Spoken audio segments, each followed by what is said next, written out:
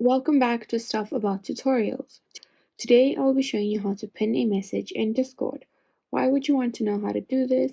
Well, maybe you've got an important message with some important file or something on a Discord chat and you'd like to access it quickly and easily without having to scroll through the chat. So I'll be showing you how to pin a message in Discord today. Check out the video description as I'll try and leave written instructions there. So let's get started. I'm already in my Discord app and I'm on the server in the chat that I want to pin the message in, and this is the message I'm going to pin. So then you're going to basically go to the message, hover over it, and there should be these three little dots in the corner here that say more.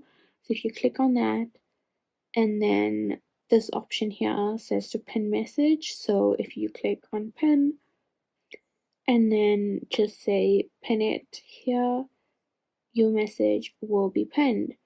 And yeah, that is basically it. If you wanted to know how to pin a message on Discord, this is the easiest way I know how, and if you know of another way, then leave a comment below and make sure to subscribe for more videos.